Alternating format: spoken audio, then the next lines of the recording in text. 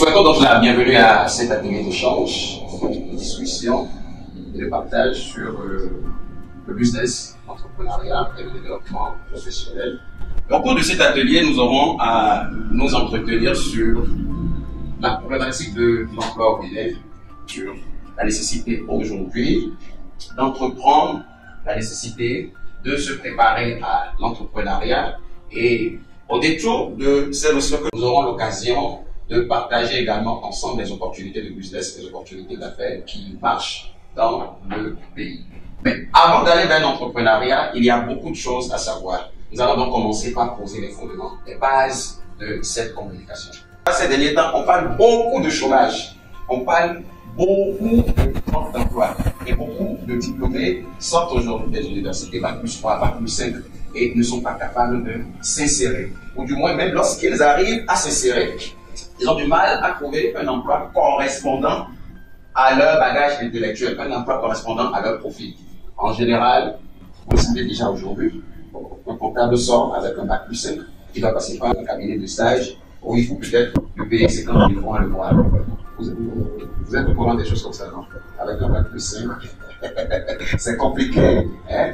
Avant, la médecine était un métier de privilégié. Quand tu sortais un métier de la famille, on était sûr que, bon, celle-là, ou celui-là, il est sauvé du lot. Mais de plus en plus, vous le savez, aujourd'hui, le nombre de médecins s'est beaucoup accru. Il n'y a pour autant pas, c'est vrai qu'on n'est pas encore vraiment au ratio un médecin pour tel nombre de patients le plus adéquat au donné. Mais malgré ça, il n'y a pas suffisamment de structures hospitalières décentes, confortables pour accueillir la plupart de ces cadres qui sortent après 7 ans d'études et les rémunérer à juste valeur du sacrifice intellectuel qu'ils ont pu consentir pour être à ce niveau-là. Alors, ça sert à quoi d'étudier autant et ensuite d'être obligé de se mettre dans un métier pour lequel son cœur ne bat pas, ou du moins même si son cœur bat, de se retrouver vraiment dans des conditions de travail peu confortables qui ne garantissent pas un enthousiasme quotidien à l'œuvre.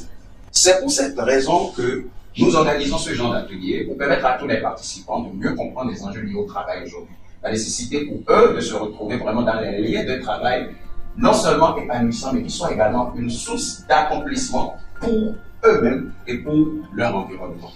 La première des choses à comprendre dans cet atelier, c'est pourquoi le chômage est devenu si ambiant et que le manque d'emploi devient une situation ascendante. La raison est simple.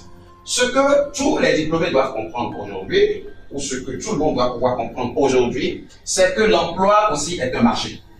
L'emploi est un marché et sur tous les marchés, il y a des lois. Et la loi élémentaire qui régit tout marché, c'est la loi de l'offre et de la demande. Et au nom de cette loi de l'offre et de la demande, lorsque la demande est croissante et l'offre est décroissante, qu'est-ce qui se passe? Les prix augmentent, ce qui est normal. Inversement, lorsque la demande est décroissante et que l'offre est croissante, qu'est-ce qui se passe? Les prix baissent parce qu'il y a beaucoup d'offres. Sur le marché de l'emploi aujourd'hui, on assiste à la première situation. Comme vous pouvez le constater, l'offre d'emploi est faible, tandis que la demande du travail est forte. Un seul recrutement lancé par l'État pour 50 postes, vous risquez d'avoir entre 20 000 et 30 000 dossiers déposés pour 50 postes. Et c'est pareil pour les structures privées qui s'étouffent par rapport à la demande de travail qui leur est adressée au quotidien. Alors cela va de soi. Si je suis un porteur de projet, si je suis un offreur d'emploi, et que pour le même poste, j'ai 10 000 candidats qui sont prêts, qui veulent compétir pour avoir ce poste, ça veut dire que je suis en situation de décider des conditions auxquelles je suis susceptible de laisser ce poste. Et c'est ce qui va faire que la plupart des employeurs aujourd'hui ne rémunèrent pas à juste titre les offres d'emploi qu'ils proposent aux diplômés.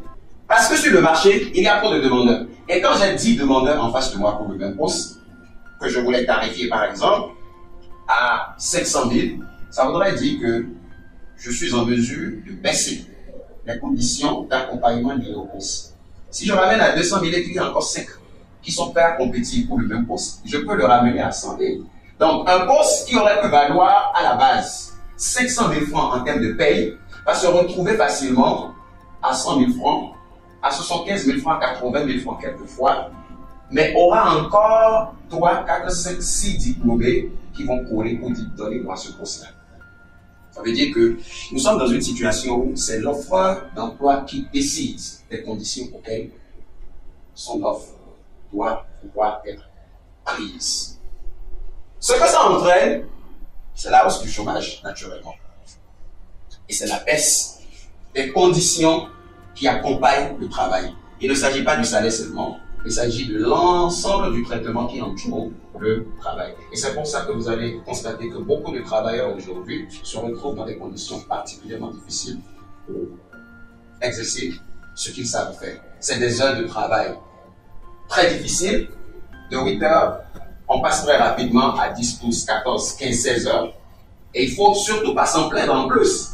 Parce que en Afrique, c'est-à-dire plus encore au chez vous, lorsque vous avez la chance d'avoir un boulot, un emploi, c'est que vous êtes un privilégié. C'est que vous êtes chanceux. Mais ça ne devrait pas être comme ça. Parce qu'en fait, c'est une expertise que vous apportez lorsque vous travaillez.